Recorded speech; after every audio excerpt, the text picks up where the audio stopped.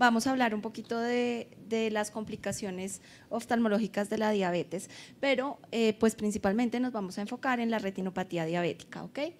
Este es un cuadrito donde les muestro cuáles son las complicaciones oculares de la diabetes. Entonces, pues la retinopatía diabética, la hemorragia vítrea, el glaucoma, edema macular, desprendimientos de retina, isquemia macular, y bueno, vamos adelante.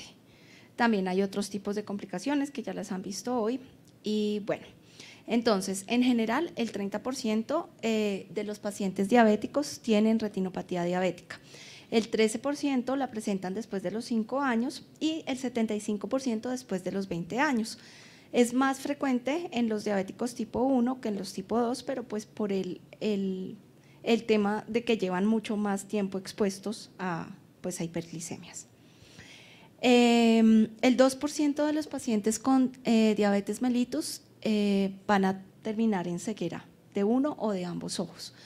Y el 10% tienen limitación visual severa, y esto es grave porque la tienen en periodos de la vida muy jóvenes, pierden su funcionalidad y esto es pues muy grave. Es la primera causa de ceguera irreversible en la edad productiva, eso era lo que les decía. Esta es una imagen de más o menos cómo puede ver un paciente con retinopatía diabética, quizás peor, esto es demasiado bueno para lo que es. Esto es muy importante que lo tengamos en cuenta. Hasta el 50% de los pacientes con retinopatía diabética significativa y o pérdida de agudeza visual no tuvieron un examen oftalmológico previo.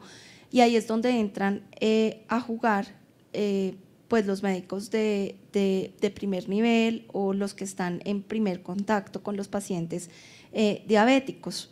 Hay que recordar siempre que se necesita un examen oftalmológico al inicio del diagnóstico y dependiendo de si ese paciente tiene o no hallazgos de retinopatía diabética, pues va a tener que tener un control cada 6 meses o cada año o incluso menos. Entonces, esto es importante tenerlo en cuenta. Un poquito de la fisiopatología, entonces acuérdense que la diabetes afecta los vasos chiquitos, los microvasos. Esto nos va a afectar las arteriolas precapilares, los capilares y las vénulas, y eso nos va a producir pues hipoxia, ¿sí? Y también exudación. Recordemos que la retina es un órgano de alto requerimiento metabólico. Hay una relación pericito-célula endotelial de 1 a 1. Eso es importante que lo tengamos en cuenta porque en la diabetes se pierden los pericitos y a perderse los pericitos el vaso se vuelve pues permeable y es lo que nos va a producir más adelante el edema macular diabético, ¿de acuerdo? Esto pues para hacer un resumen. Entonces, ¿cuáles son los hallazgos que vamos a encontrar en un fondo de ojo en retinopatía diabética? Entonces vamos a encontrar microaneurismas, hemorragias en mancha o en llama, exudados duros, exudados blandos y alteraciones vasculares. Se llaman IRMAs, que son alteraciones microvasculares intrarretinianas, que son vasitos amputados o vasos en asa, bueno, el arrosariamiento venoso, que es muy fácil de ver, y bueno, las reduplicaciones.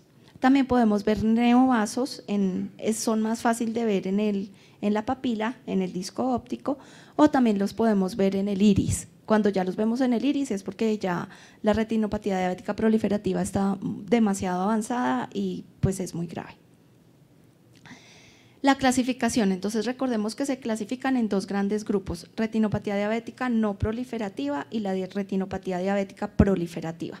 La no proliferativa también se clasifica en leve, moderada y grave, y la proliferativa en de alto riesgo y de bajo riesgo. Entonces vamos a hablar en la leve, acuérdense que solo se ven punticos, que son microaneurismas o muy poquitas hemorragias. En la moderada decimos que hay más que la leve, pero menos que la severa, es decir, más hemorragias, más microaneurismas, algunos exudados.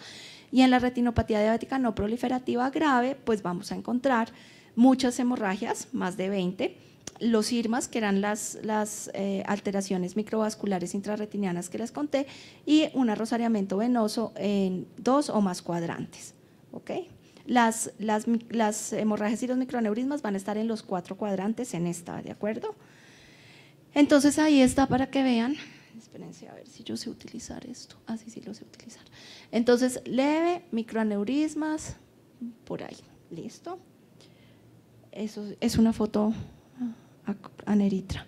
La moderada, entonces, pues vemos que hay más hemorragias, acá ya hay exudados, hay microaneurismas que están filtrando, muchos exudados y pues más microaneurismas. Fíjense que yo les pongo fotos que pueden ver en el consultorio, es decir, no se necesita dilatar a un paciente para ver esto, ¿sí? Uno dilata a un paciente para ver toda la retina periférica, pero acá estamos viendo el polo posterior, entonces esto lo puede hacer cualquier persona con un oftalmoscopio directo, ¿ok?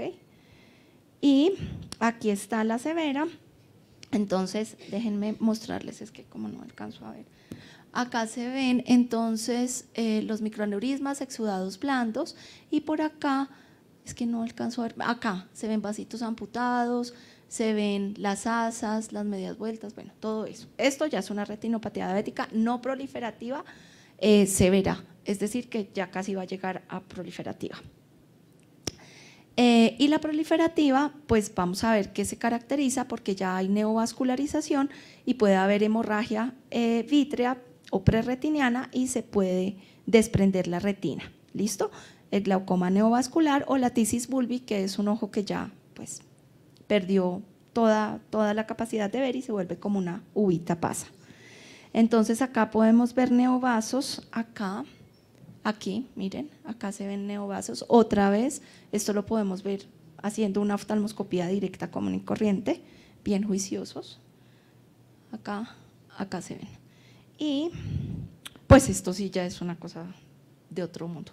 Ay, miren todo esto, o sea, esto lo ve cualquier persona. Esta es la hemorragia vítrea. Siempre que vean una hemorragia en el ojo adentro y que tenga nivel, es una hemorragia vítrea, ¿listo? Hemorragia vítrea. Y esto ya es muy avanzado cuando ya hay fibrosis. Recuerden que para que hayan vasos se necesita un tejido fibroso que los sostenga. Entonces siempre va a haber fibrovascular y esto pues es el tejido fibroso de los vasos que hubo ahí. Igual. El edema macular, pues para no entrar en grandes, el edema macular también se divide en significativo y no significativo. Antes de ponerles esto, quiero mostrarles. Significativo cuando uno ve exudados duros cerquita a la mácula, a la fovea. Esta es la mácula. Recordemos que la mácula es el área de la retina que está entre la arcada superior temporal y la inferior temporal y que la fovea pues es el centro de la mácula. Entonces siempre que veamos exudados duros o microaneurismas filtrando cerquita o a menos de un disco o a menos de 2 discos de papila, pues eso ya es un edema macular pues clínicamente significativo, ¿ok? Y pues esto ya es muy severo. Ahora contamos con la tomografía OCT de mácula, tomografía óptica coherente de mácula. Esta es una mácula normal, ¿ok? Así se ve una mácula normal, acá se ve el epitelio pigmentario de la retina, los fotorreceptores, las 10 capas de la retina están acá y se ven perfectas. En cambio, miren cómo se ve un OCT con edema macular, pues se ven unos quistes de gran y de mediano tamaño en capas internas y externas de la retina, ¿ok? Esto ya lo vimos, muy bien. Entonces vamos al tratamiento, que es otra cosa que nos interesa mucho hoy, que son las nuevas o lo nuevo que hay en tratamiento. El tratamiento de la fotocoagulación pues no es nuevo, esto es lo que ha habido siempre, la fotocoagulación de la retina, pero es lo que sirve. Esto nunca va a pasar de moda ni nunca se va a dejar de hacer. ¿Por qué? Porque recuerden que cuando hay isquemia en la retina, hay células que quedan medio moribundas, medio muertas y van a producir el factor de crecimiento endotelial vascular. Ese factor de crecimiento endotelial vascular es el que nos va a producir, es el que va a hacer que la retina haga vasos anormales, ¿sí? Y esos vasos anormales son muy graves, ya vimos por qué, porque esos vasos anormales nos van a producir hemorragias vítreas, tracciones de la retina, o sea, desprendimientos de retina traccional, glaucoma neovascular y por último, pues la ceguera total. Entonces, digamos que el tratamiento efectivo, fácil y no costoso es la panfotocoagulación retiniana. Antes, para el edema macular diabético se hacía también fotocoagulación en la mácula, pero pues claramente se quemaban células muy importantes y el paciente perdía visión, pues era lo que había en ese momento. Ahora se puede hacer una rejilla macular o simplemente hacer láser focal en los microaneurismas que vemos, por ejemplo, a ver, les doy un ejemplo acá, por ejemplo acá vemos un área que está lejos de la fóvea, acá, pero que está filtrando, entonces uno puede hacer un láser acá o una rejilla macular lejos de la fóvea para evitar que esos microaneurismas sigan filtrando y siga habiendo edema macular, ¿ok? Pero ya les voy a contar qué otras cosas tenemos para el edema macular. Entonces, digamos que para evitar que la retinopatía diabética avance, tenemos el láser, ¿ok? Para el edema macular contamos ahora con las inyecciones intravítreas de antiangiogénico, ¿listo?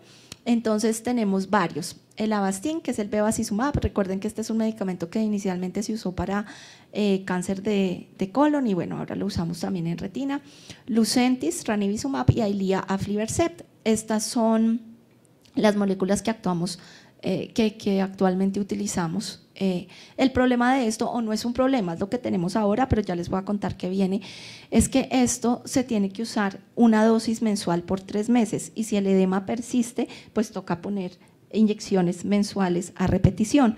Eso hace que el paciente esté en riesgo de infección, sangrado, catarata, inflamación intraocular, incluso desprendimientos de retina, porque pues son las complicaciones del procedimiento como tal. Pero pues es lo que tenemos para tratar el edema macular, es muy efectivo, pero bueno, eso es. Otro que tenemos son los corticoides, la triamcinolona y el Ozurdex. El Ozurdex es lo último, es un dispositivo de dexametasona, es en depósito, entonces esto se va liberando de a pocos, dura aproximadamente 3 meses y esa liberación prolongada de esteroide de dexametasona pues ayuda con el edema macular, pero recordemos que también es un riesgo y también pues en pacientes diabéticos porque pues tienen más riesgo de infectarse. Además, recordemos que los esteroides en el ojo suben la presión, pueden subir la presión intraocular y causan catarata. Entonces la idea es ponerlos en pacientes que claramente no tengan glaucoma o riesgo de glaucoma y que pues si ya son operados de catarata pues mucho mejor. Pero pues digamos que es un muy buen sistema porque no estamos pinchando el ojo cada mes, sino pues es cada 3 meses. Incluso se puede poner, hay terapia combinada, Ozurdex y a los 2 meses Eylea o Lucentis o bevacizumab, tratando de alargar pues la aplicación continua de estas inyecciones. La vitrectomía, esta cirugía se hace cuando el estado de la retinopatía diabética ya está avanzada, cuando es proliferativa, cuando hay hemorragia en el vítreo, por ejemplo, y no podemos hacer láser porque la hemorragia en el vítreo no nos permite ver para poder hacer el láser. Cuando hay desprendimientos de retina traccional, porque los vasos hacen que la retina se traccione, pues sí, desprendimientos de retina traccionales, vítreos, hemorragias vítreas y bueno, básicamente en eso. Lo nuevo, esto es lo nuevo que llega. Entonces, la inteligencia artificial. Esto es muy importante porque yo les contaba al principio que muchos de los pacientes que llegan a tener retinopatías diabéticas avanzadas nunca han sido valorados por un oftalmólogo. ¿Por qué? Pues porque hay una alta demanda de la enfermedad y hay pocos especialistas que llegan a partes, pues que no llegan a partes de nuestro país, por ejemplo. Entonces, con la inteligencia artificial la idea es tener una expansión y una automatización de la detección de la retinopatía diabética. ¿Cómo? Entonces, cualquier médico general o cualquier persona, incluso una enfermera que esté en el centro de salud, puede tomar una foto con una cámara especial. No es necesario dilatar la pupila, si se dilata la pupila pues mejor, pero si no, no hay problema. Y esas imágenes subirlas a un programa que identifica qué ojo está sano o qué ojo está enfermo, qué tan enfermo puede estar y eso decir si tiene retinopatía diabética, no tiene retinopatía diabética, qué tipo de retinopatía diabética tiene y si requiere o no la valoración de un especialista en centros pues alejados, por ejemplo. o incluso que la tomen y llegue a mi consultorio la imagen, yo la pueda analizar y pueda decir qué se tiene que hacer con ese paciente. Entonces esto es nuevo, se está armando y es increíble porque eso o sea, recordemos que entre más rápido se haga el diagnóstico de una retinopatía diabética, pues mejor va a ser el pronóstico. ¿Y de qué depende eso? Pues también del control metabólico del paciente. Entonces, esto es importante. Se viene también la terapia génica. Entonces, ¿en qué consiste la terapia génica? Entonces, pues bueno, se implanta un virus claramente inactivo o inofensivo que lleva el gen del anti-VEGF, acuérdense, factor de crecimiento endotelial vascular, y se instala en el ADN del paciente para evitar que pues, se siga produciendo. Existen estos dos medicamentos por ahora, RGX-314 es una única inyección que se aplica subretiniana y el ADVM022 que se puede aplicar en el consultorio y es repetidas veces, pero esto está por ahora en estudio, está en la fase 2, todavía no contamos con esto, pero pues se está trabajando.